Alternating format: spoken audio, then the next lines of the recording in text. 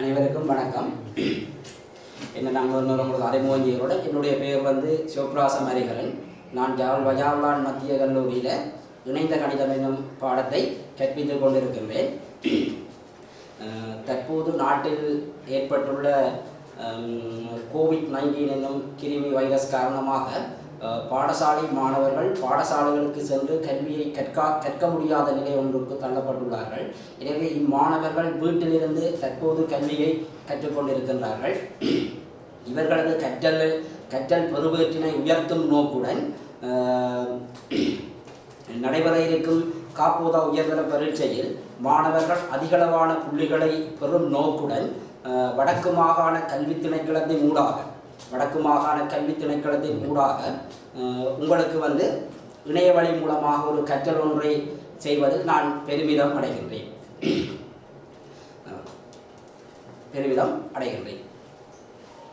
இப்போ பார்த்தீங்கன்னா நாங்கள் வந்து நிகழ்தகவு என்னும் ஒரு பாடப்பகுதியை தான் நான் உங்களுக்கு கற்பிக்கிறதுக்காக வந்திருக்கிறேன். இந்த நிகழ்தகவு என்ற பாடப்பகுதியெல்லாம் என்னென்று பார்ப்போம். இந்த நிகழ்தகவு என்ற பாடத்தை எடுத்து பார்ப்போமா இருந்தால் பிள்ளைகள், இந்த நிகழ்தகவு என்ற பாடம் வந்த பிள்ளைகள் உங்களுக்கு இணைந்த கணிதம் 2ல் இது கிட்டத்தட்ட 95 புள்ளிகளை கொண்ட வினாவாக அமைகின்றது.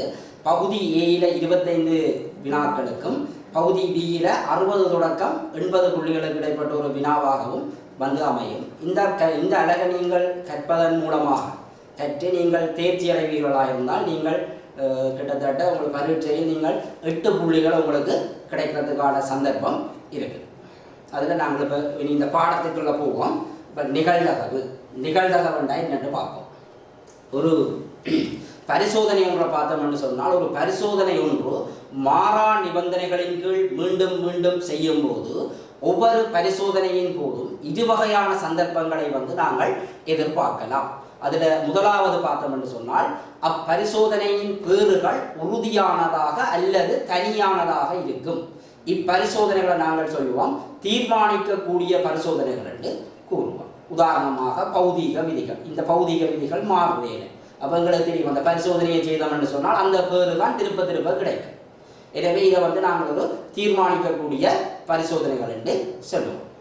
அடுத்தது, ஒரு பரிசோதனையின் பேறுகள் தனியானதாக அல்லது நிகழக்கூடிய பல முறைகளில் ஒன்றாக இருக்கும். இப்பரிசோதனைகளை நாங்கள் சொல்லுவோம் தீர்மானிக்க முடியாத பரிசோதனைகள் என்று சொல்லுவோம். இப்போ உதாரணமாக தாயக்கட்டை ஒன்று எறியும் போது அதன் மேல்முகத்தில் தோன்றும் இலக்கங்களை அவதானித்தல். இன்னொரு உதாரணம் பார்த்தோம்னு சொன்னால், குறித்த நேர இடைவெளியில் வரும் தொலைபேசி அழைப்புகளின் எண்ணிக்கையை அவதானித்தல், அல்லது ஒரு குறித்த நேர இடைவெளியில் ஒரு வீதியால் செல்லும் வாகனங்களின் எண்ணிக்கையை அவதானித்தல். இப்படியான பரிசோதனைகளை தான் நாங்கள் சொல்லுவோம் என்று நிகழ்தகவுக்குரிய பரிசோதனைகள் என்று சொல்லுவோம். அடுத்தது, எழுமாற்று பரிசோதனை. ஒரு பரிசோதனை வந்து எழுமாற்று பரிசோதனையாக இருக்க வேண்டும் என்று சொன்னால் பின்வரும் அம்சங்களை திருப்தி செய்ய வேண்டும். அதில் 4 அம்சங்கள் இருக்கு. இந்த 4 அம்சங்களையும் ஒரு பரிசோதனையை திருப்தி செய்யுமாக இருந்தால் அப்பரிசோதனையை வந்து நாங்கள் சொல்லுவோம் எழுமாற்று பரிசோதனை என்று சொல்லுவோம். அப்போ அதில் முதலாவதாக பார்ப்போம் என்ன மாதிரி என்று சொன்னால், ஒரு பரிசோதனையுடைய என்ன மாதிரி, ஒரு பரிசோதனையானது அத்தியாவசியமான மாறா நிபந்தனைகளின் கீழ் இப்பரிசோதனை மீளவும் வரையறையற்ற பல தடவைகள் செய்யக்கூடிய மாதிரி அமைய வேண்டும். அடுத்தது, 2வது பார்த்தோம் என்று சொன்னால், ஒரு பொதுவாக பரிசோதனையின் பெறுபேறினை சரியாக எதிர்வு கூற முடியாததாக இருத்தல் வேண்டும். அடுத்தது, 3வது பார்த்தோம் என்று சொன்னால், ஒரு பரிசோதனையின் இயல்நகு பேறுகள் கொண்ட தொடையினயங்களால் கூறக்கூடிய மாதிரி இருக்க வேண்டும். அடுத்தது, 4வது பார்த்தோம் என்று சொன்னால், ஒரு பரிசோதனையை மீள செய்யக்கூடுமாதலால் பெறுபேறுகள் ஒழுங்கற்ற முறையில் தோன்றும். எப்படியாய் இருப்பினும் பரிசோதனைகள் பல தடவைகள் செய்யப்பட பேறுகள் ஒழுங்கான கோலம் ஒன்று தோன்றுவதை அவதானிக்கலாம். அப்போ இப்படி ஒரு பரிசோதனை செய்யக்குள்ள இந்த 4 அம்சங்களையும் திருப்தி செய்யுமாக இருந்தால் நாங்கள் சொல்லுவோம் என்று அப்பரிசோதனையை எழுமாற்று பரிசோதனை என்று சொல்லுவோம். பொதுவாக எழுமாற்று பரிசோதனையானது இ என்ற ஒரு குறியீட்டினால் குறிக்கப்படும். அதுக்கு ஒரு எழுமாற்று பரிசோதனை ஒன்று பார்ப்போம். உதாரணம் பார்ப்போம். ஒரு எழுமாற்று பரிசோதனை, முதலாவது பரிசோதனையை நான் ஈவன் என்று எடுக்கிறேன். ஈவன் என்ற பரிசோதனை பார்த்தீங்கன்னா பிள்ளைகள், தாயக்கட்டை ஒன்று எறியப்பட்டு அதன் மேல்முகத்தில் தோன்றும் இலக்கங்களை வந்து அவதானித்தல். அடுத்தது E2 என்ற ஒரு பரிசோதனை பார்ப்போம். நாணயம் ஒன்று இருமுறை எறியப்பட்டு தோன்றும் தலைப்பூ என்பவற்றின் தொடரியை அவதானித்தல். அடுத்தது பரிசோதனை 3 E3, அதை பார்ப்போம். E3 என்ன பார்ப்போம். நாணயம் ஒன்று இருமுறை எறியப்பட்டு தோன்றும் தலைகளின் எண்ணிக்கையை அவதானித்தல். இவை இப்படியான பரிசோதனைகளை தான் சொல்லுவோம் நாங்கள் இடமாற்று பரிசோதனை சொல்லுவோம். உதாரணமாக முதலாவது பரிசோதனையை பார்த்தோம்னு சொன்னால் தாயக்கட்டை ஒன்று பல தடவை எறியப்படலாம். அப்போ எத்தனை முறை நாங்கள் அந்த பரிசோதனையை எறியலாம். அப்போ பல தடவைகள் செய்யக்கூடிய மாதிரி இருக்கும். அதில் நாங்கள் அவதானிக்கிறது என்ன, மேல்முகத்தில் தோன்ற இலக்கத்தை தான் அவதானிக்கிறோம். அப்புறம் மாறா நிபந்தனை என்பதை நாங்கள் எதிர்பார்க்கிறோம். மற்றது இந்த தாயக்கட்டை ஒன்று தொடக்கம் 6 வரை இலக்கமிடப்பட்ட தாயக்கட்டை என்று சொன்னால் நாங்கள் நிறைய தடவை உருட்டும் பொழுது எங்களுக்கு என்ன 1 2 3 4 5 6 என்ற எண்கள்லாம் உருவாகும். எனவே அங்கே கிடைக்கக்கூடிய பேறுகளை எங்களால் இது செய்யக்கூடிய மாதிரி இருக்கு, வரையறுக்கக்கூடிய மாதிரி இருக்கு. இவ்வாறு நிறைய தடவை செய்யக்குள்ள இந்த 6 இலக்கங்களை ஒரு இலக்கம் கட்டாயம் தோன்றியாகும். எனவே அதில் ஒரு எண்கோளம் ஒன்றையும் உருவாகுவதை நாங்கள் அவதானிக்கலாம். இப்படி E2 E3 ஆகிய பரிசோதனைகளுக்கும் நாங்கள் கண்டுபிடிக்கலாம். அடுத்தது மாதிரி வழி, சாம்பிள் ஸ்பேஸ் என்று சொல்றது. இப்போ பரிசோதனை ஒன்று நாங்கள் செய்யக்குள்ள ஒரு பரிசோதனை ஒன்று எல்லா இயல்தகு பேறுகளையும் கொண்ட தொடை அப்பரிசோதனையில் மாதிரி வழி எனப்படும். அதாவது ஒரு பரிசோதனை ஒன்று எல்லா இயல்தகு பேறுகளையும் கொண்ட தொடைதான் அப்பரிசோதனையில் மாதிரி வழி என்று சொல்லுவோம். பொதுவாக மாதிரி வழியை ஒமேகா அல்லது எஸ் என்ற குறியீட்டினால் குறிக்கப்படும். இப்போ பார்த்தோம் என்று சொன்னால் பிள்ளைகள், இப்போ முதலாவதாக ஒரு எழுமாற்று பரிசோதனை ஒன்று பார்த்தனாங்க. E1 என்று சொல்லி ஒரு எழுமாற்று பரிசோதனை ஒன்று பார்த்தனாங்க. இந்த E1 என்ற எழுமாற்று பரிசோதனைக்குரிய S1, E1 என்ற எழுமாற்று பரிசோதனைக்குரிய S1 நாங்கள் அவதானிப்போமாக இருந்தால்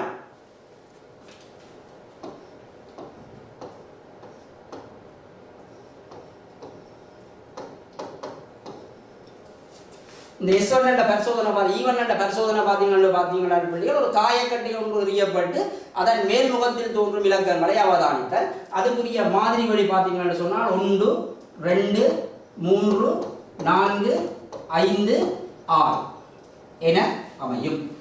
அடுத்தது E2 என்ற பரிசோதனையை பார்த்தீங்கன்னு சொன்னால் E2 என்ற பரிசோதனைக்குரிய மாதிரி வழி S2 பார்த்தோம்னு சொன்னால் E2 என்ற பரிசோதனை பார்த்தோம்னா E2 என்றால் என்ன, ஒரு நாணயம் ஒன்று இருமுறை தோன்றப்பட்டு தலைப்பு என்னும் தொடரியை அவதானித்தல் என்று பார்த்த நாங்கள். அப்போ ஒரு நாணயம் ஒன்று 2 தடவை சுண்டும் பொழுது முதல் தடவை என்ன கிடைக்கலாம், தலை கிடைத்து 2ஆம் முறை தலை கிடைக்கலாம், அல்லது முதல் முறை தலை கிடைத்து 2வது தடவை பூ கிடைக்கலாம், அல்லது முதல் தடவை பூ கிடைத்து 2வது தடவை தலை கிடைக்கலாம், அல்லது 2 தடவையும் பூவை கிடைக்கலாம்.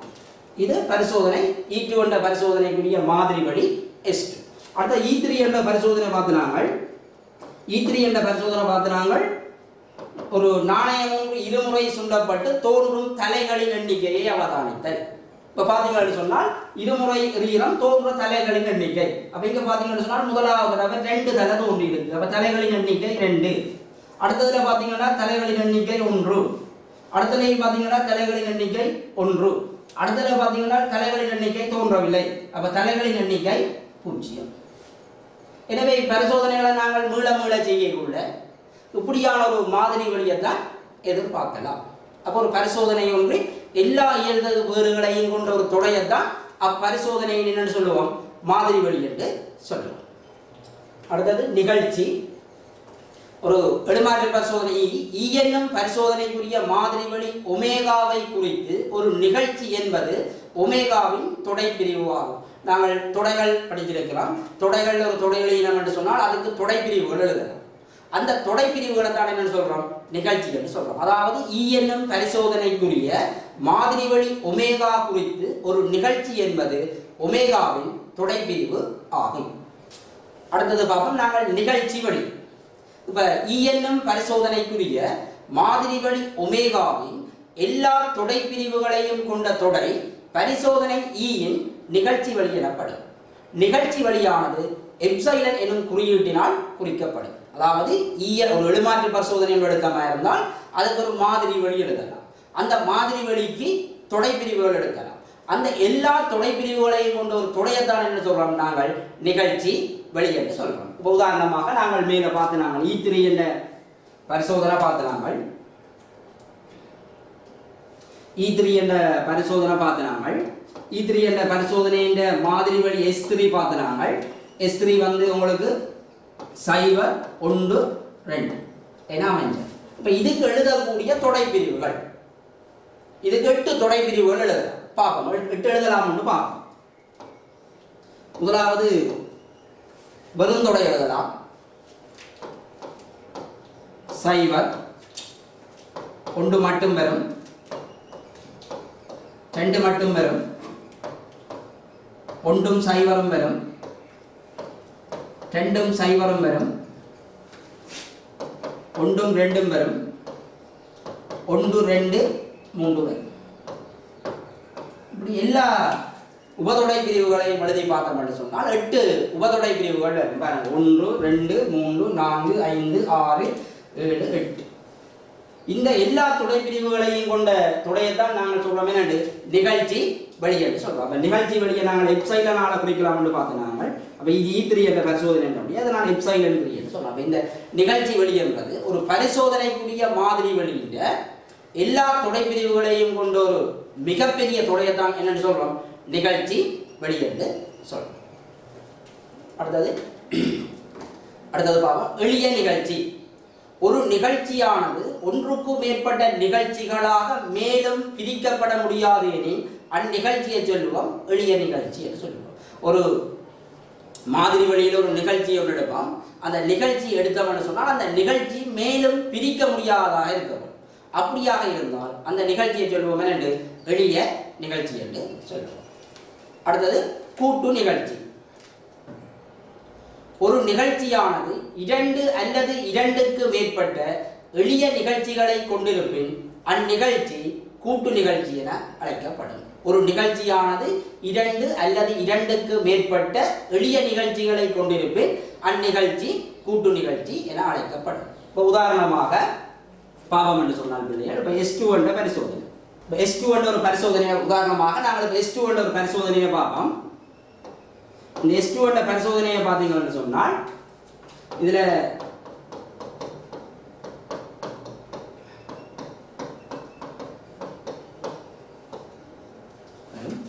நாங்கள் இதுக்கு நிறைய மாதிரி வழிகள் எழுதலாம், நிறைய நிகழ்ச்சி வழிகள் எழுதலாம்.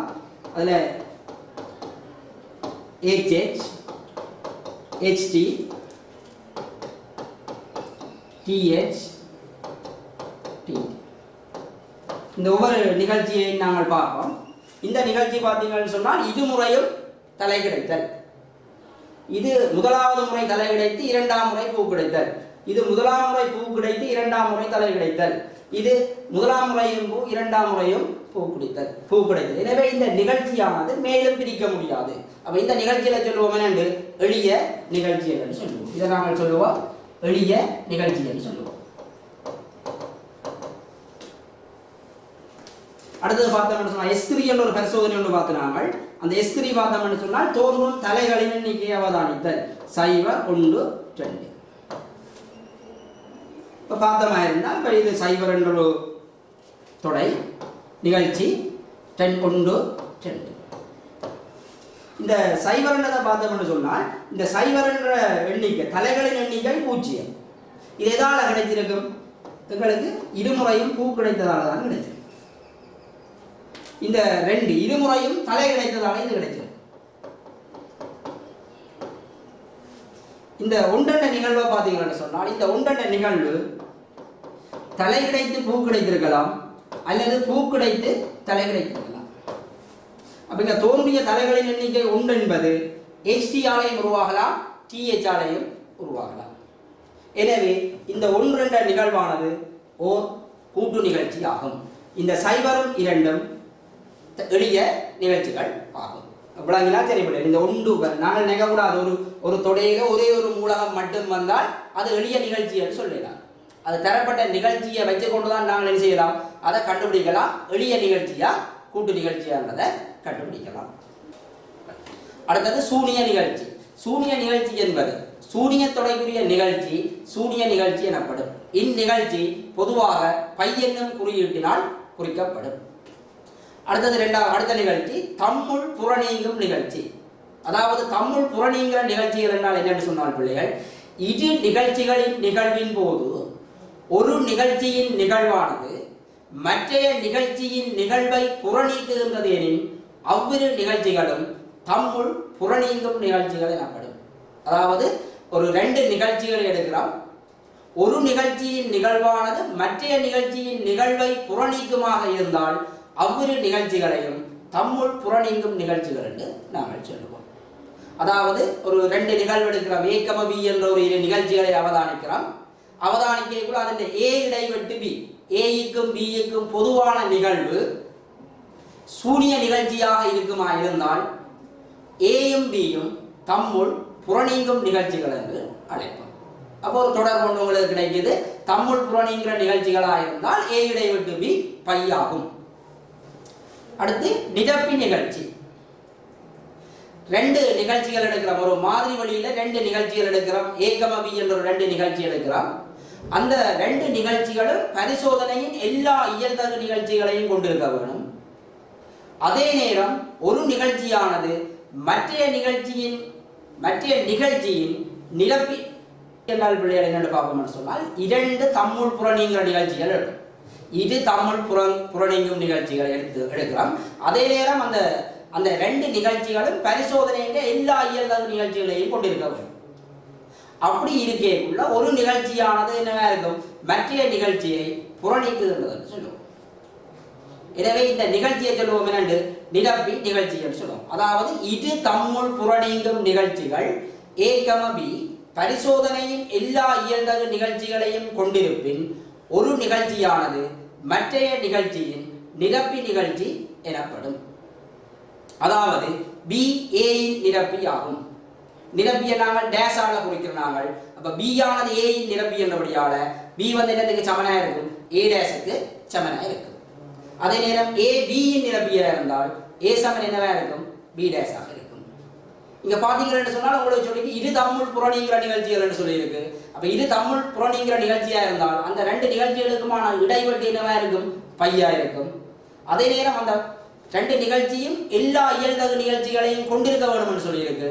அதனால A1 B என்னவா இருக்கும், ஒமேகாவாக இருக்கும். அதாவது A1 B S இருக்கும்.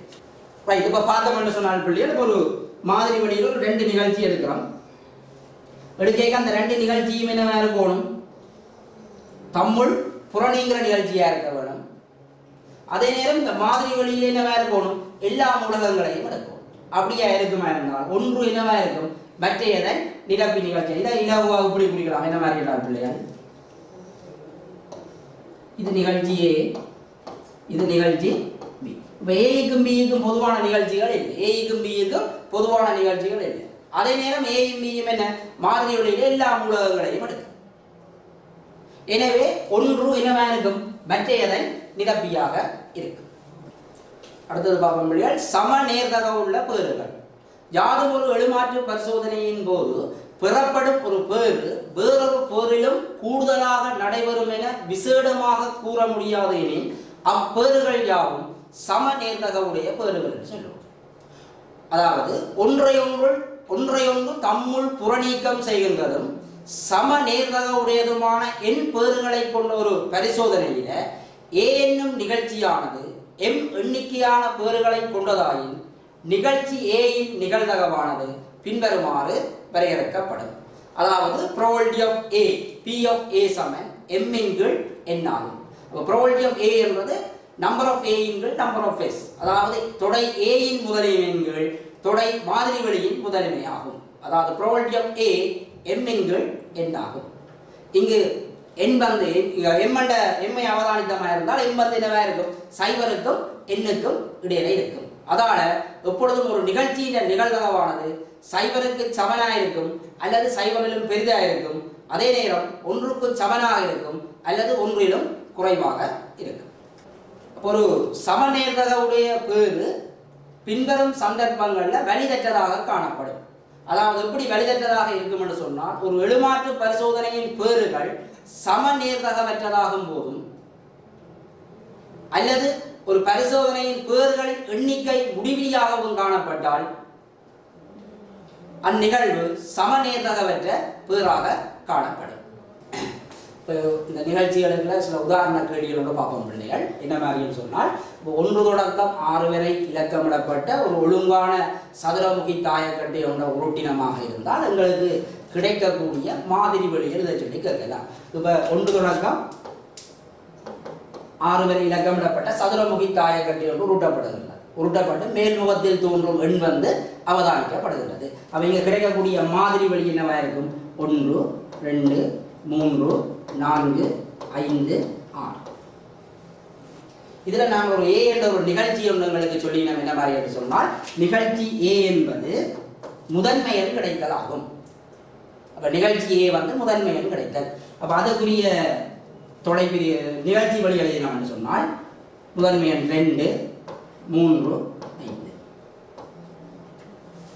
அப்போ தாயக்கட்டை ஒன்று உருட்டும் போது எழுமாறாக முதன்மை எண் கிடைப்பதற்கான நிகழ்தகவு யாது என்று சொன்னால் probability of A.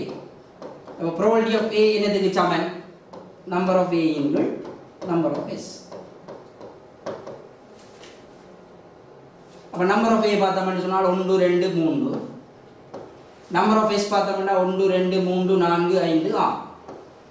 3 இன்கள் 4. probability of A. அப்போ ஒரு சதுரமுகி தாயக்கட்டை ஒன்று உருட்டப்பட்டு முதன்மை எண் கிடைத்தல் அவதானிக்கப்படுமா இருந்தால் முதன்மை எண் கிடைப்பதற்கான நிகழ்தகவு என்னவா இருக்கும்? 6/3. இதை நாங்கள் சுருக்கி கொடுக்கலாம். சுருக்கணும் அவசியம் இல்லை, சுருக்கி கொடுக்கலாம். 6/3 2 சமம். அடுத்த ஒரு உதாரணம் ஒன்று பார்ப்போம்.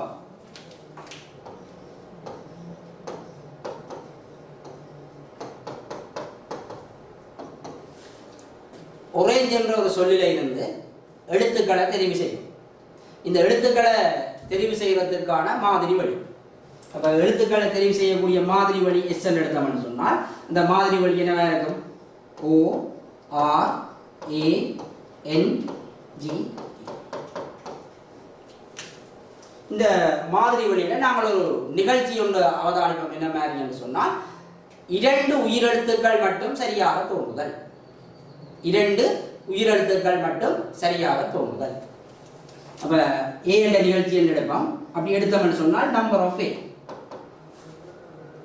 அப்போ 3 எழுத்துக்களை தெரிவு செய்ய வேண்டும். இதில் நாங்கள் அதில் சரியாக 2 உயிரெழுத்துக்கள் வரும். அப்போ இதில் உயிரெழுத்துக்கள் என்று பார்த்தீங்கன்னு சொன்னால் பிள்ளைகள் ஓவும் ஏயும் 3 உயிரெழுத்துக்கள் இருக்கு. இந்த 3 உயிரெழுத்துக்களில் சரியாக 2 உயிரெழுத்துக்கள் கிடைத்தல் வேண்டும். அப்போ இந்த 3 உயிரெழுத்துக்களில் இருந்து 2 உயிரெழுத்துக்களை தெரிவு செய்வதற்கான வழிகளின் எண்ணிக்கை 3C2. ஆனால் இதில் நாங்கள் தெரிவு செய்ய வேண்டியது 3 எழுத்துக்கள். அப்போ 2 எழுத்து தெரிவு செய்தால் இன்னும் 1 எழுத்து தெரிவு செய்யும். மற்ற எழுத்துக்களில் இருந்து தான் தெரிவு செய்யணும். அப்போ 1 எழுத்து தெரிவு செய்யணும். அது R இருக்கலாம், N இருக்கலாம், அல்லது G இருக்கலாம். 3 சந்தர்ப்பம் இருக்கு. இதை நாங்கள் 3C1 குறிப்போம்.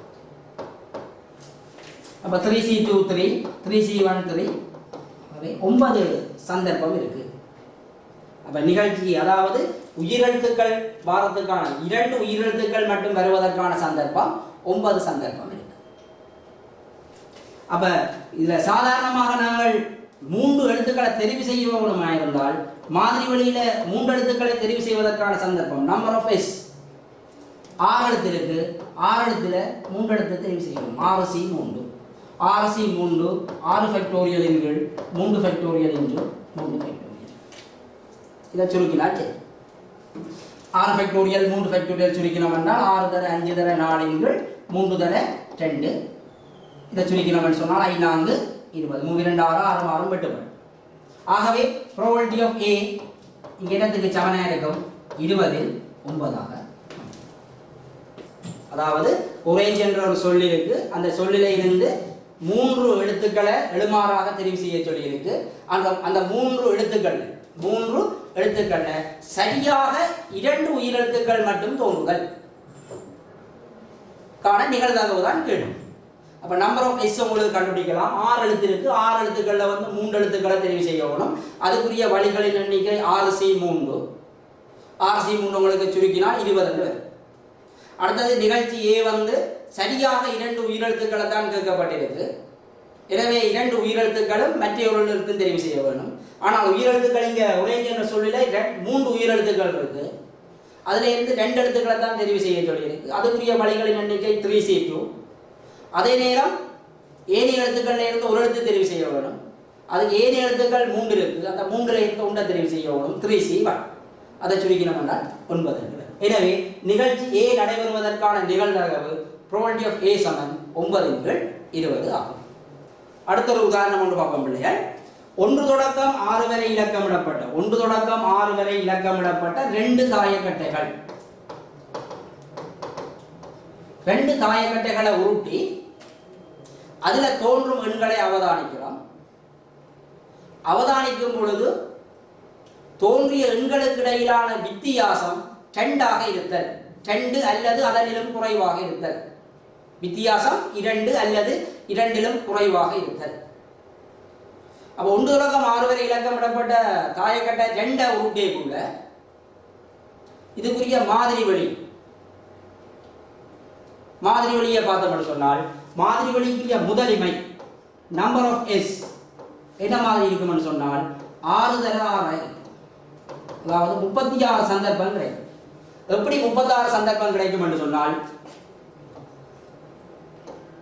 1 கிடைக்கலாம், 1 கிடைக்கலாம், 1 கிடைக்கலாம், 1 கிடைக்கலாம், 1 கிடைக்கலாம், 1 கிடைக்கலாம்.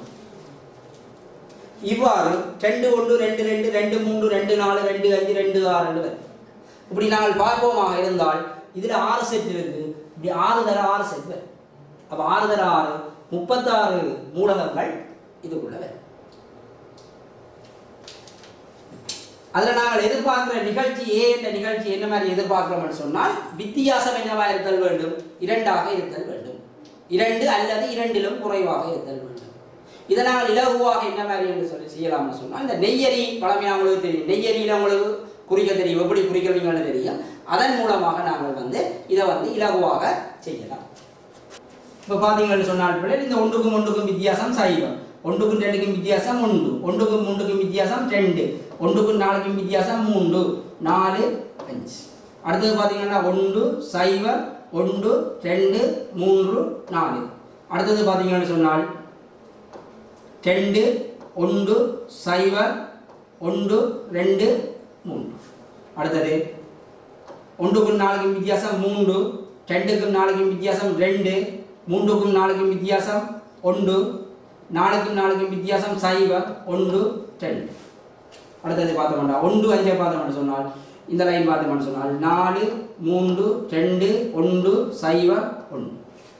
அடுத்தது 1 6 அவதானித்தோம் என்றால் 5 4 3 2 1 0. அப்போ இங்கே நிகழ்ச்சி A என்ன சொல்லப்பட்டது என்று சொன்னால் தாயக்கட்டைகள் 2 தாயக்கட்டைகள் உருட்டப்படுகின்றது, தோன்றும் எண்கள் அவதானிக்கப்படுகின்றது. அவதானிக்கைக்குள்ள கிடைக்கிற ஈட்டுக்களின் வித்தியாசம் 2 அல்லது அதனிலும் குறைவாக இருத்தல். 2 அல்லது அதனிலும் குறைவாக இருத்தல் என்று சொன்னால் இதை நாங்கள் வேறுபடுத்தி கண்டுபிடிக்கலாம்.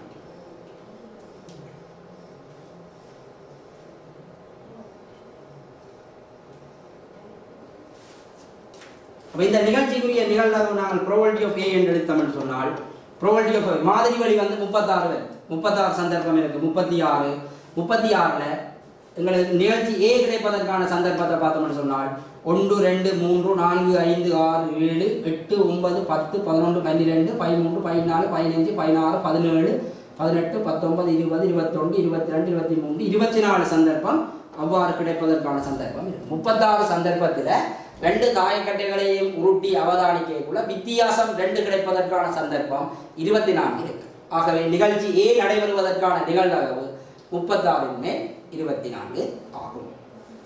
நாங்கள் அடுத்த உதாரணம் அவதானிப்போம். என்ன மாதிரி என்றால் பிள்ளைகள் ஒரு 30 சென்டிமீட்டர் நீளமுடைய ஒரு சதுர பலகை ஒன்றை அவதானிப்போம். சதுர பலகை 30 சென்டிமீட்டர் என்று சொல்லப்பட்டிருக்கு. இந்த 30 சென்டிமீட்டர் சதுர பலகைக்குள்ள 9 சென்டிமீட்டர் ஆரையுடைய வட்டம் ஒன்று இருக்குது. இந்த சதுர பலகையிலிருந்து ஒரு புள்ளியை தெரிவு செய்யவென்றால் அந்த புள்ளி வட்டத்தினுள் அமைவதற்கான சந்தர்ப்பம். இதை நாங்கள் பரப்பளவுடன் ஒப்பிட்டு நாங்கள் இதை சொல்லலாம். அப்போ இது சதுர பலகை என்றபடியால் இவருடைய பரப்பளவு 30 9 சென்டிமீட்டர் ஆரையுடைய வட்டம் என்று சொல்லி இருக்கு. அப்போ இந்த வட்டத்தின் பரப்பளவு πr வர்க்கம் π 9 தர 3. எனவே 9 பையின்கள் 3 9 9 9 வெட்டுப்படும். ஆகவே 9 பையின்கள் 100. அடுத்தது பிள்ளைகள் நாங்கள் நிகழ்ச்சி விதிகள் என்று பார்ப்போம். இது பார்த்தீங்கன்னு சொன்னால் பிள்ளைகள் உங்களோட ஓலர் புத்தகத்தில் நீங்கள் படித்த ஓலர் புத்தகத்தில் பார்த்தீங்கன்னு சொன்னால் இந்த தொடைகள் என்ற பாடப்பகுதியில் வந்து நீங்கள் வெண்ணுருக்களை நிறந்துட்டுறதன் மூலம் இப்படி இந்த இந்த தொடர்புகளை வந்து வாய்ப்பு பார்க்க சொல்லி உங்களுக்கு தரம் 11 இருக்குது. அதை நாங்கள் விதிகளூடாக இங்கே பார்க்குறோம். அதில் முதலாவது விதி வந்து பரிவர்த்தனை விதி. அதாவது பரிவர்த்தனை விதிகள், அதாவது A ஒன்றிப்பு Bயும் B ஒன்றிப்பு Aயும் என்னவாக இருக்கும்? சமனாக இருக்கும்.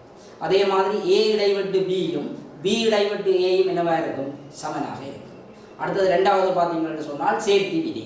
அதாவது 3 நிகழ்ச்சிகள் இங்கே ஒன்றிப்பு, அதாவது ஏயையும் பியையும் ஒன்றிப்பு செய்துட்டு பிறகு சியை ஒன்றிப்பு செய்கிறது என்னத்துக்கு சமனாக இருக்கும் என்று சொன்னால் பியையும் சியையும் ஒன்றிப்பு செய்து அதோட ஏயை கொண்டு ஒன்றிப்பு செய்கிறதுக்கு சமனாக இருக்கும்.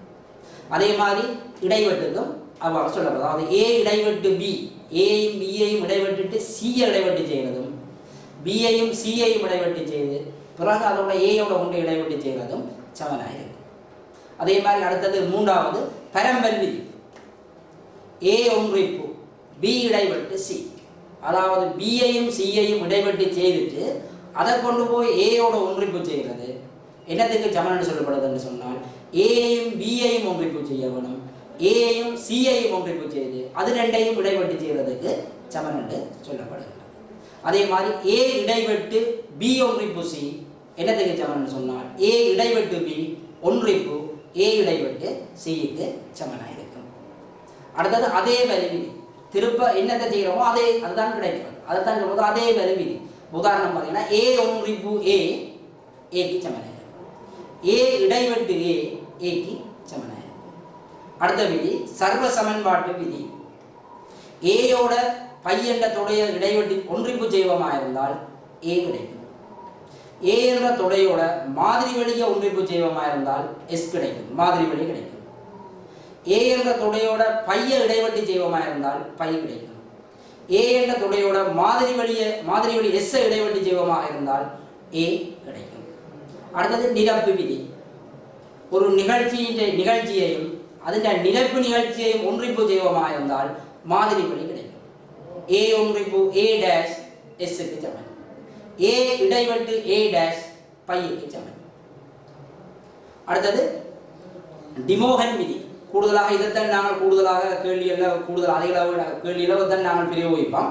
அதில் பார்த்தீங்கன்னா சொன்னால் பார்த்தீங்கன்னா ஏ ஒன்றிப்பு பி டேஷ், ஏ ஒன்றிப்பு பி டேஷ், அதாவது ஏ ஒன்றிப்பு பி முழுவதின் நிரப்பி ஏயின் நிரப்பி இடைவெட்டு பியின் நிரப்பிக்கு சமனாக இருக்கும்.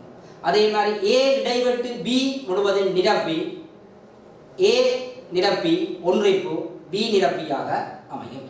இதுதான் நாங்கள் கூடுதலாக 7வது விதிதான் நாங்கள் கூடுதலாக அறிவாக கணக்கில் பயன்படுத்துவோம். உதாரணம் பார்த்தீங்கன்னா பிள்ளைகள்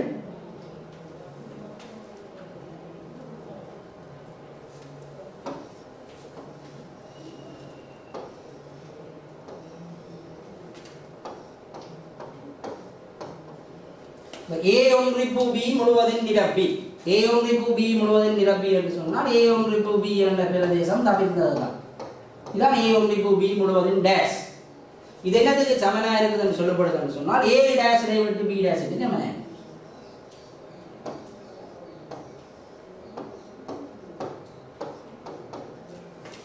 ஏ டேஷ் இடைவெட்டு ஏ தவிர்ந்ததும் பி தவிர்ந்ததுக்கும் பொதுவான பிரதேசம். அப்ப ஏ தவிர்ந்ததுன்னு சொன்னால் ஏ என்ற வட்டம் தவிர்ந்த பகுதி, பி டேஷ் என்பது பி தவிர்ந்தது,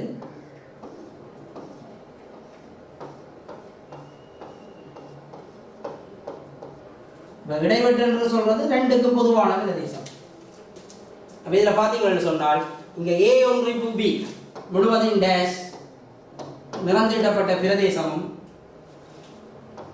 ஏ டேஷ் இடைவெட்டு பி டேஷுக்கு நிறந்திடப்பட்ட பிரதேசமும் என்னவாக இருக்கும்? சமனாக இருக்கும். அப்ப இடைவெட்டு என்பது பொதுவாக ரெண்டு வகையான நிறந்திடலுக்கும் பொதுவான பாத்தீங்கன்னு சொன்னால் 2 பிரதேசங்களும் சமனாக காணப்படுகிறது. இவ்வாறு மற்றதை நாங்கள் கீறி வெண்ணுருக்களை வரைவதன் மூலமாக கண்டுபிடிக்கலாம். இந்த தொடர்பு உங்களுக்கு ஞாபகத்தில் இருக்கும். ஏ ஒன்றிப்பு பி டேஷுக்கு பதிலாக a டேஷ் இடைவெட்டு b டேஷ் என்றதை பயன்படுத்தலாம். a இடைவெட்டு b டேஷுக்கு பதிலாக a டேஷ் ஒன்றிப்பு b டேஷ் என்பதை பயன்படுத்தலாம். அடுத்தது படியால் நாங்கள் அறிமுறை நிகழ்தகவு என்ற பகுதிக்குள்ள வருவோம். அறிமுறை நிகழ்தகவு அதாவது ஒரு எழுமாற்று பரிசோதனை என்ற ஒரு மாதிரி வழி S இருக்குமாயிருந்தால் அதுக்கு ஒரு சார்பு ஒன்று வரையறுக்கலாம். அதாவது ஒரு எழுமாற்று பரிசோதனை என்று எடுத்தோம் என்று சொன்னால், ஒரு எழுமாற்று பரிசோதனை ஒரு மாதிரி வழி என்று எடுத்தோம் என்று சொன்னால் அந்த மாதிரி வழிக்குள்ள நிறைய நிகழ்ச்சிகள், அந்த நிறைய நிகழ்ச்சிகளின் நிகழ்தகவு எப்படி இருக்கும் என்று சொன்னால் சைவருக்கும் ஒன்றுக்கும் இடையிலே இருக்கும். சைவரையும் எடுக்கும், ஒன்றையும் எடுக்கும், சைவருக்கும் ஒன்றுக்கும் இடையிலே இருக்கும். இது ஒரு சார்பு மூலமாக இங்கே வரையறுக்கினோம். அதாவது ஒரு பி என்ற ஒரு சார்பு எடுத்தோம் என்று சொன்னால் ஆட்சியில் இருந்து இணையாட்சிக்கு தொடர்படுத்தப்படுகின்றது. இங்கே ஆட்சி என்பது நிகழ்ச்சி வழி. இந்த நிகழ்ச்சி வழியில் ஒவ்வொரு நிகழ்ச்சி எடுத்தோம் என்று சொன்னால் அந்த நிகழ்ச்சிகளின் நிகழ்தகவு பிம்பமாக இருக்கும். அது எங்கே இருக்கும் என்று சொன்னால் இந்த இணையாட்சிக்குள்ளே இருக்கும். அந்த இணையாட்சி எப்படி வரையறுக்கப்பட்டிருக்கு என்று சொன்னால் சைவர் ஒன்று என்ற மூடிய ஆயிடைக்குள் உங்களுக்கு வரையறுக்கப்பட்டிருக்கு. அதாவது என்ன சொல்லப்படுது என்று சொன்னால் பிள்ளைகள் E என்னும் எழுமாற்று பரிசோதனையின் மாதிரி வழி ஒமேகாவும் நிகழ்ச்சி வழி எப்சைலனுமாக இருக்கையில் ஒரு நிகழ்தகவு சார்பு ஒன்று வரையறுக்கப்படுகிறது. இந்த நிகழ்தகவு சார்பானது பின்வரும் 3 வெளிப்பட உண்மைகளை திருப்தி செய்யும். அதாவது இந்த நிகழ்ச்சி வழியில் ஒரு நிகழ்ச்சி A என்று எழுப்பமாக இருந்தால் அந்த நிகழ்ச்சியின் நிகழ்தகவு எப்பொழுதும் சைவருக்கு சமனாக இருக்கும் அல்லது சைவரிலும் பெரிதாக இருக்கும். அடுத்தது இரண்டாவது வெளிப்பட உண்மை, அந்த நிகழ்ச்சியின் மாதிரி வழியின் நிகழ்தகவு ப்ரோபபிலிட்டி ஆஃப் ஒமேகா அல்லது ப்ரோபபிலிட்டி ஆஃப் S என்னத்துக்கு சமனாக இருக்கும் என்று சொன்னால் 1க்கு சமனாக இருக்கும். அடுத்தது மூன்றாவது வெளிப்பட உண்மை பார்ப்போமா இருந்தால் ஒரு நிகழ்ச்சியில் ஒரு எழுமாற்று பரிசோதனையில் A1 A2 A3 என்ற அப் டு AN என்ற நிகழ்ச்சிகள் இருக்கு. இந்த நிகழ்ச்சிகள் யாவும் தம்முள் புறநீங்கிற நிகழ்ச்சிகளாக இருக்குமா இருந்தால் இந்த எண் நிகழ்ச்சிகளும் தம்முள் புறநீங்கும் நிகழ்ச்சிகளாக இருக்குமா இருந்தால் ஒன்றிப்பின் நிகழ்தகவானது தனித்தனி நிகழ்தகவுகளின் கூட்டுத்தொகைக்கு சமனாக இருக்கும். இதனை குறியீட்டு வழியில் சொல்லப்பட்டிருக்கு. ப்ரோபபிலிட்டி ஆஃப் I சமன் 1 தொடக்கம் n யூனியன் AI சமன் சிக்மா I சமன் 1 to n probability of AI ஆகும். இதை நாங்கள் வேண்டும் என்று சொன்னால் இதை விரிவாக எழுதுகிறோமா இருந்தால் இதுக்குரிய குறியீடு பார்த்தோம் என்று சொன்னால் பிள்ளைகள் ப்ரோபபிலிட்டி ஆஃப் யூனியன் I சமன் 1 to n AI A1 ஒன்றிப்பு A2 ஒன்றிப்பு A3 up to AN. இது என்னத்துக்கு சமனாக வரும்னு சொன்னால் சிக்மா I சமன் 1 to n probability of AI. அப்போ சிக்மான்றது கூட்டுத்தொகை probability of A1 plus probability of A2 up to probability of AN. அதாவது இந்த நிகழ்தகவின் ஒன்றிப்பின் தம்முள் புறநீங்கிற நிகழ்ச்சிகளின் நிகழ்தகவின் ஒன்றிப்பானது தனித்தனி நிகழ்தகவுகளின் கூட்டுத்தொகைக்கு சமனாக அமையும். இந்த நிகழ்தகவின் வெளிப்பட உண்மைகளை வச்சுக்கொண்டு பின்வரும் தேற்றங்கள் நிறுவனம். முதலாவது தேற்றம் சொல்லப்படுது ப்ரோபபிலிட்டி ஆஃப் பை சமன் 0 என்று சொல்லப்படுது. அதாவது ஒரு பெருந்தொடை ஒன்றின் நிகழ்தகவானது 0க்கு சமன் என்று சொல்லப்படுது. எப்படி என்றதை பார்ப்போம். இப்போ ஒரு மாதிரி வழி தேற்றம் உண்டு ப்ரோபபிலிட்டி ஆஃப் பை சமன் 0 என்றதை நிறுவ சொல்லி இது என்ன மாதிரி நிறுவுறதுன்றதை பார்ப்போம். இப்போ மாதிரி வழி எஸ்ஐயும் பையையும் எடுக்கும். இது ரெண்டிலையும் ஒன்றிப்பு என்னவாக இருக்கும்? எஸ் ஒன்றிப்பு பை எஸ்ஸுக்கு சமன். அதே நேரம் எஸ் இடைவெட்டு பை என்னவாக இருக்கும்? பையா இருக்கும். அப்ப இந்த எஸ்ஸும் பையும் எவ்வகையான நிகழ்வுகள்? தம்முள் புறநீங்கும் நிகழ்வுகள். ஏன் எஸ் இடைவெட்டு பை என்னத்துக்கு சமன்? பையுக்கு சமன். எனவே ப்ரோபபிலிட்டி ஆஃப் எஸ் ஒன்றிப்பு பை சமன் ப்ரோபபிலிட்டி ஆஃப் எஸ். ஆனால் எஸ்ஸும் பையும் தம்முள் புறநீங்கிற நிகழ்ச்சிகள். வெளிப்பட உண்மை 3 படி இது என்ன எழுதலாம்? ப்ரோபபிலிட்டி ஆஃப் எஸ் ஆக ப்ரோபபிலிட்டி ஆஃப் பை சமன் ப்ரோபபிலிட்டி ஆஃப் எஸ். எனவே ரெண்டு பக்கமும் ப்ரோபபிலிட்டி ஆஃப் எஸ் இருக்கு, அது கேன்சல் ஆக ப்ரோபபிலிட்டி ஆஃப் பை சமன் 2 வரும் 0. வெளிப்பட உண்மை மூண்டை பயன்படுத்தி நாங்கள் இந்த முதலாவது தேற்றத்தை நிறுவி இருக்கிறோம். அடுத்தது தேற்றம் 2. ஏயின் நிரப்பி A' எனின் probability of A' சமன் 1 மைனஸ் probability of A ஆகும்.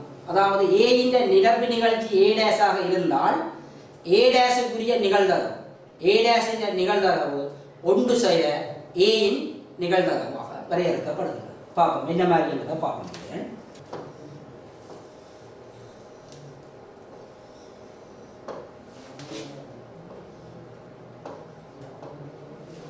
இப்போ மாதிரி வழி எஸ்ஸில் ஏ என்ற ஒரு நிகழ்ச்சி அவதானிக்கிறோம். ஏ இந்த பகுதி பார்த்தீங்கன்னா இது வந்து A', இது வந்து ஏ. இப்போ நிகழ்ச்சி A'-ஐயும் நிகழ்ச்சி ஏயையும் ஒன்றிப்பு செய்வமாக இருந்தால் எங்களுக்கு என்ன கிடைக்கும்? மாதிரி வழி கிடைக்கும். அதே நேரம் A'-ஐயும் ஏயையும் இடைவெட்டி செய்வமாக இருந்தால் அவ்விரு நிகழ்ச்சிகளும் தம்முள் புரணி, ஏன்னா ரெண்டுக்கும் பொதுவான நிகழ்வு இல்லை. ஏய்க்கும் A'-க்கும் பொதுவான நிகழ்வுகள் இல்லை. ஏன் ஒன்று மற்றதன் நிகழ்வு. ஆகவே A' இடைவெட்டி A phi probability of A' ஒன்றிப்பு A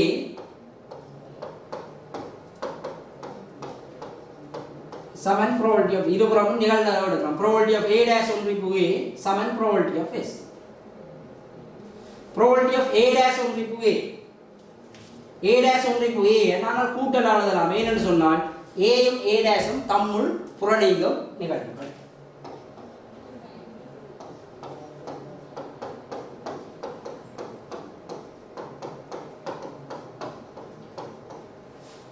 ஆனால் வெளிப்பட ஒன்று ரெண்டின் படி probability of S வந்து என்னதுக்கு சமன்? 1க்கு சமன். ஆகவே probability of A' சமன் 1 minus probability of A ஆகும்.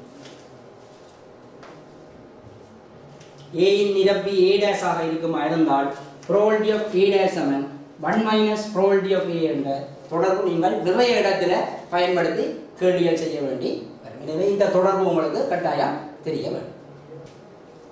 அடுத்தது தேற்றம் 3. A, B வந்து இரு நிகழ்ச்சிகளாக இருக்கையில் probability of A ஒன்றிப்பு B Saman probability of A சக probability of B சய probability of A இடைவெட்டு B ஆகும். இது பார்த்தீங்கன்னா என்ன மாதிரி இருந்தால் பார்ப்போம்.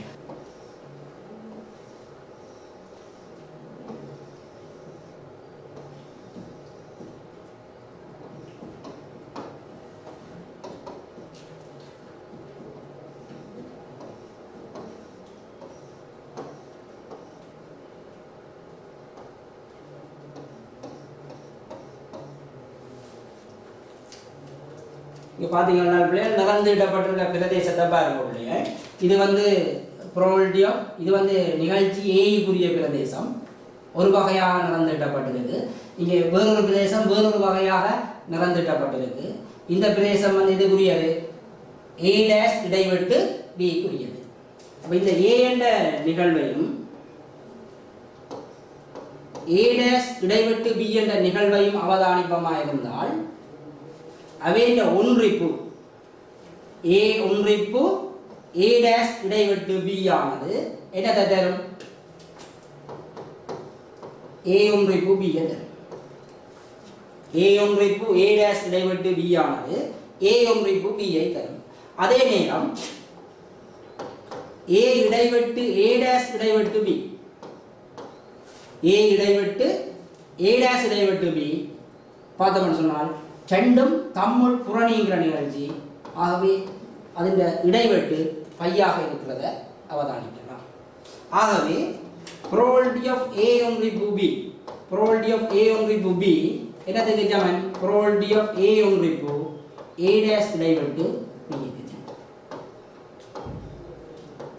ஆனா இந்த ரெண்டு நிகழ்வும் தம்முள் புறநீங்கிற நிகழ்வாக இருக்கிறதால வெளிப்பட உண்மையை பயன்படுத்தி இதை நாங்கள் கூட்டல் எழுதலாம். probability of A சக probability of A' இடைவெட்டு B என்று. ஆனால் probability of A ஒன்று B எங்கள்ட்ட காட்ட சொல்லியிருக்கு. probability of A சக probability of B சய probability of A இடைவெட்டு B என்று தான் காட்ட சொல்லியிருக்கு. அப்போ நாங்கள் இவரை கண்டுபிடிப்போம். probability of A' இடைவெட்டு B கண்டுபிடிப்போம்.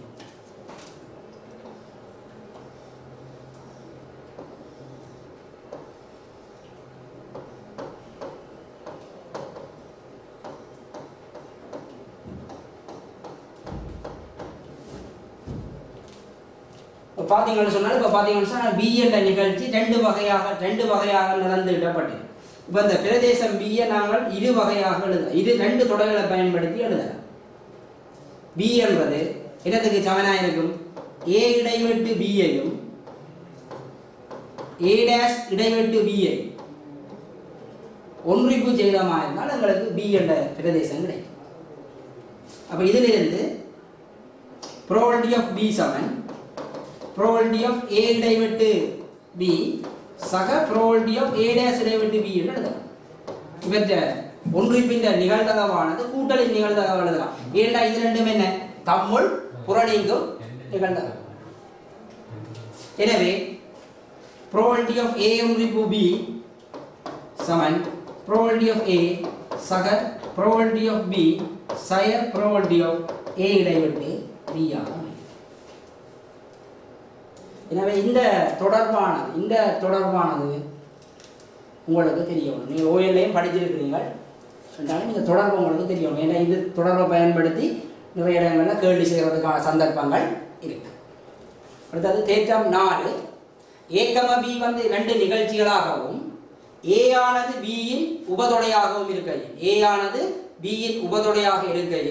ப்ரோபபிலிட்டி ஆஃப் ஏ சிறிது சமன் ப்ரோபபிலிட்டி ஆஃப் பி ஆகவும் மேலும் probability of B minus A சமன் ப்ரோபபிலிட்டி ஆஃப் பி சய ப்ரோபபிலிட்டி ஆஃப் ஏ ஆகவும் அமையும். பார்ப்போம் இந்த தேற்றத்தை இந்த மாதிரி நாங்கள் நிறுவலாம் என்றதை பார்ப்போம். இங்கே சொல்லியிருக்கு ஏ ஆனது பியின் உபதொடை என்று சொல்லியிருக்கு. ஏ ஆனது பியின் உபதொடை.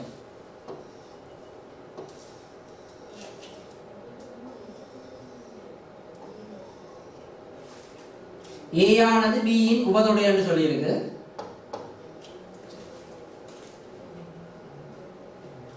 இதில் பார்த்தோம்னு சொன்னால் புள்ளியன்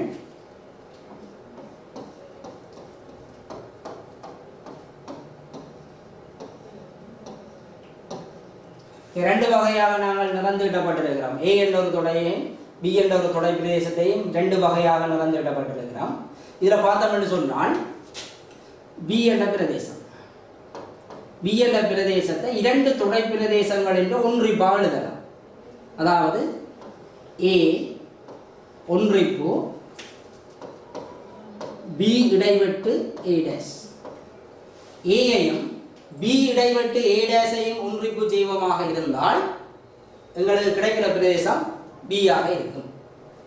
அப்போ ப்ரோபபிலிட்டி ஆஃப் பி சமன் ப்ரோபபிலிட்டி ஆஃப் ஏ ஒன்றிப்பு பி இடைவெட்டு ஏ டேஷ். ஆனால் பார்த்தோம்னு சொன்னால் இந்த ரெண்டு வகையாக நிறந்துவிட்டப்பட்ட பிரதேசத்துக்கும் பொதுவான பிரதேசம் இல்லை. எனவே இது ரெண்டும் என்ன தம்முள் புறநீங்கும் நிகழ்ச்சிகள். எனவே இந்த ரெண்டு நிகழ்ச்சிகளிலேயும் இடைவெட்டு பையாக இருக்கிறதால இவரை என்ன எழுதலாம் கூட்டலாக எழுதலாம், தனித்தனி கூட்டலாக எழுதலாம். ப்ரோபபிலிட்டி ஆஃப் ஏ சக ப்ரோபபிலிட்டி ஆஃப் பி இடைவெட்டு ஏ டேஷ் வந்து எழுதலாம். அதாவது ப்ரோபபிலிட்டி ஆஃப் பி என்னத்துக்கு சமன்னு சொன்னால் ப்ரோபபிலிட்டி ஆஃப் ஏ சக ப்ரோபபிலிட்டி ஆஃப் பி இடைவெட்டு ஏ டேஷுக்கு சமம். இதில் இருந்து நாங்கள் ப்ரோபபிலிட்டி ஆஃப் பி இடைவெட்டு ஏ டேஷ் எழுவாய் மாற்றம் செய்வோமாக இருந்தால் ப்ரோபபிலிட்டி ஆஃப் பி சய ப்ரோபபிலிட்டி ஆஃப் ஏ ஆக அமையும். ஆனால் ஒரு எழுமாற்று பரிசோதனையில் ஒரு நிகழ்ச்சி எடுத்தோம் என்று சொன்னால் அதுக்குரிய நிகழ்தகவு எப்பொழுதும் என்னவாக இருக்கும், சைவருக்கு சமனாக இருக்கும், சைவர்களும் பார்க்க பெரிதாக இருக்கும் என்று பார்க்குறேன். அப்போ ப்ரோபபிலிட்டி ஆஃப் பி இடைவெட்டு ஏ டேஷ் பெரிது சமன் 0. ஆகவே ப்ரோபபிலிட்டி ஆஃப் பி சய ப்ரோபபிலிட்டி ஆஃப் ஏ பெரிது சமன் 0. ஆகவே ப்ரோபபிலிட்டி ஆஃப் ஏ சிறிது சமன் ப்ரோபபிலிட்டி ஆஃப் பி ஆகும். இந்த முடிவுக்கு நாங்கள் அப்போ ஏ ஆனது பியின் உபதொடையாக இருக்குமா இருந்தால் ப்ரோபபிலிட்டி ஆஃப் ஏ சிறிது சமன் ப்ரோபபிலிட்டி ஆஃப் பி ஆகும். அதே நேரம் பி மைனஸ் ஏ, அதாவது ஒரு தொடை ஏ வந்து பியின் உபதொடையாக இருக்குமா இருந்தால், ஏ ஆனது பியின் உபதொடையாக இருக்குமா இருந்தால் பி மைனஸ் ஏ, அதாவது ஏ வந்து பியின் உபதொடையாக இருக்குமா இருந்தால் பி மைனஸ் ஏ பி இடைவெட்டு ஏ டேஷுக்கு சமம். ஆனால் இங்கே கண்டு வச்சுக்கிறோம் ப்ரோபபிலிட்டி ஆஃப் பி இடைவெட்டு ஏ டேஷ் கண்டு வச்சுக்கிறோம், ப்ரோபபிலிட்டி ஆஃப் பி சய ப்ரோபபிலிட்டி ஆஃப் ஏ கண்டு வச்சுக்கிறோம். ஆகவே probability of b minus a சமன் probability of b divided a dash. ஆனா probability of b divided a dash கண்டு வச்சுக்கலாம். probability of b சய probability of a.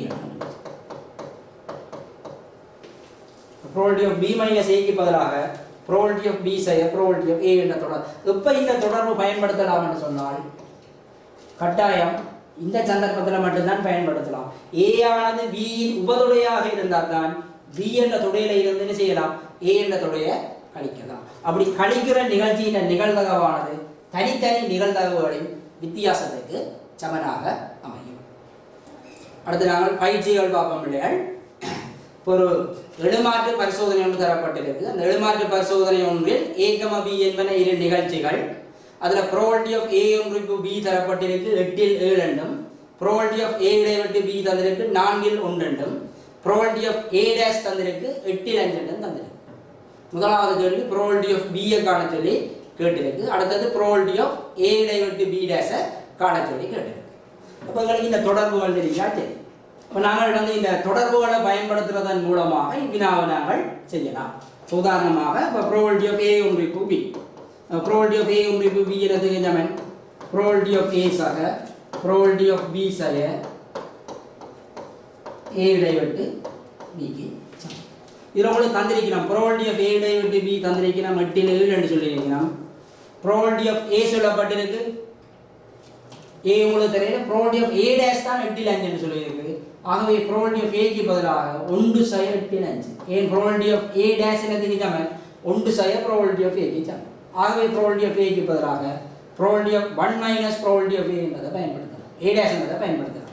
1 சய 8 சக. அடுத்தது probability of b, probability of b தான் காண வேண்டும் சய probability of a இடைவெட்டு b 4 இல் 1 என்று சொல்லலாம்.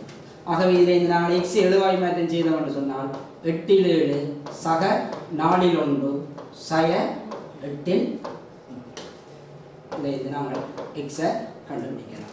இதை சுருக்கினோம் என்று சொன்னால் 8 இல் 4 சக 4 இல் 1 சமன் 8 இல் 6. ஆகவே probability of b வந்து 3 இன் கீழ் 4 ஆக இருக்கும். அடுத்தது கேட்டது probability of a இடைவெட்டு b dash கேட்டிருக்கு. probability of a இடைவெட்டு b dash நாங்கள் எழுதலாம் probability of a சய probability of a இடைவெட்டு b என்று இந்த தொடர்பாக எழுதலாம். என்ன முதல் பார்த்தனாங்களே a இடைவெட்டு b dash, a இடைவெட்டு b dash இது a ஆகவும் இது b ஆகவும் இருந்தால் a இடைவெட்டு b dash. அப்ப எப்ப கழிச்சு எழுதலாம் என்று சொன்னால் ஒரு உபதொடையா இருந்தால் கழிக்கலாம். இந்த a என்ற வெண்ணுருவில இந்த a என்ற தொடைப்பிரிவில இந்த a இடைவெட்டு b என்றது ஒரு உபதொடை. எனவே a இடைவெட்டு b dash-க்கு பதிலாக probability of a இடைவெட்டு b dash-க்கு பதிலாக என்னத்தை பயன்படுத்தலாம் என்று சொன்னால் probability of a சய probability of a இடைவெட்டு b என்பதை பயன்படுத்தலாம். உங்களுக்கு probability of a தெரியும், அங்கே 8 இல் 5 என்று தந்திருக்கு probability of a dash. ஆகவே இது 8 இல் 3 சய probability of a இடைவெட்டு b தந்திருக்கிறோம் 4 இல் 1. ஆகவே 8 இல். அடுத்த ஒரு உதாரணம் ஒன்று பார்ப்போம் பிள்ளைகள். எழுமாற்று பரிசோதனை ஒன்றில் a, b என்பன இரு நிகழ்ச்சிகள். probability of a தந்திருக்கு, probability of a ஒன்று b தந்திருக்கு, probability of b dash தந்திருக்கு. கேள்வி probability of a இடைவெட்டு b காண சொல்லி கேட்டிருக்கு. அதே நேரம் a dash இடைவெட்டு b dash என்ற நிகழ்தகவு காண சொல்லி கேட்டிருக்கு. பார்ப்போம் என்ன மாதிரி செய்யறதை பார்ப்போம். probability of a ஒன்று b Saman probability of a சக probability of b சய probability of a இடைவெட்டு b. இதில் உங்களுக்கு தரவில் பார்த்தீங்கன்னு சொன்னால் probability of a தந்திருக்கு, probability of a ஒன்று b தந்திருக்கு 4 இல் 3 என்று தந்திருக்கு. probability of b dash தந்திருக்கு 8 will 5. probability of b dash 8 will 5 என்றபடியால் probability of b 8 இல் 3. கேள்வி probability of a இடைவெட்டு b தான் கேள்வி. x கண்டாச்சு. அப்போ x சமன் அரை சக 8 இல் 3 சய 4 இல் 8 இன் மேல் 4 சக 3 சய 6 சமன் 8 இல். ஆகவே probability of a இடைவெட்டு b 8 இல் 1க்கு சமம். அடுத்த உங்களோட கேட்டிருக்கு ப்ராபபிலிட்டி ஆஃப் a dash இடைவெட்டு b dash கேட்டிருக்கு. ப்ராபபிலிட்டி ஆஃப் a dash இடைவெட்டு b dash கேட்டிருக்கு. உங்களுக்கு a dash இடைவெட்டு b dash என்ன எழுதலாம்? a ஒன்றிப்பு b முழுவதின் dash என்று எழுதலாம். முதல் பார்த்துனாங்க a dash இடைவெட்டு b dash a ஒன்றிப்பு b முழுவதின் dash க்கு சமம். அப்போ a ஒன்றிப்பு b உங்களுக்கு தெரியும் 4 ஆகவே a ஒன்றிப்பு b முழுவதின் dash 1 செய்ய 4 சமம் 4. அடுத்தது ப்ராபபிலிட்டி ஆஃப் a dash ஒன்றிப்பு b dash கேட்டிருக்கு. ப்ராபபிலிட்டி ஆஃப் a dash ஒன்றிப்பு b dash சமம் a dash ஒன்றிப்பு b dash க்கு பதிலாக எழுதலாம் a இடைவெட்டு b முழுவதின் நிரப்பியது. அதாவது a இடைவெட்டு b முதல் கண்டு வச்சுக்கிறோம் 8 ல் 1 ஆகவே 1 மைனஸ் 1 ல இருந்து 8 ல் 1 என்ன செய்ய விடமாட்டா சரி கழிச்சு விட்டோம்னா ஆகவே 8 அதே மாதிரி அடுத்தது ப்ராபபிலிட்டி ஆஃப் b இடைவெட்டு a dash கேட்டிருக்கு. b இடைவெட்டு a dash probability of b ல இருந்து ப்ராபபிலிட்டி ஆஃப் a இடைவெட்டு b யை கழிக்கிறதன் மூலமாக b இடைவெட்டு a dash எழுதலாம். ப்ராபபிலிட்டி ஆஃப் b எங்களுக்கு தெரியும் கண்டு வச்சு ப்ராபபிலிட்டி ஆஃப் b dash சொல்லியிருக்கோம் 8 ல் 5 ஆகவே இது 8 ல் ப்ராபபிலிட்டி ஆஃப் a இடைவெட்டு b கண்ட நாங்கள் 8 ல் ஆகவே ப்ராபபிலிட்டி ஆஃப் b இடைவெட்டு a dash 8 ல் 2 ஆக அமையும். அடுத்து நீங்கள் இந்த பயிற்சியாக செய்து பாருங்க பிள்ளைகள். எழுமாற்று பரிசோதனையில் a, b என்பன இரு நிகழ்ச்சிகள் p of a தந்திருக்கு, p of b தந்திருக்கு, p of a இடைவெட்டு b dash a இடைவெட்டு b தந்திருக்கு. a ஒன்றிப்பு b என்ற நிகழ்தகவையும் a dash இடைவெட்டு b dash நிகழ்தகவையும் a dash ஒன்றிப்பு b dash என்ற நிகழ்தகவையும் b இடைவெட்டு a dash என்ற நிகழ்தகவையும் காணலாம். முதல் 2 வினாக்கள் விளங்கப்படுத்தீர்கள். இந்த 3வது வினாவையும் 4வது வினாவையும் நீங்கள் செய்து பாருங்கள். எழுமாற்று அடுத்ததும் இதே மாதிரி.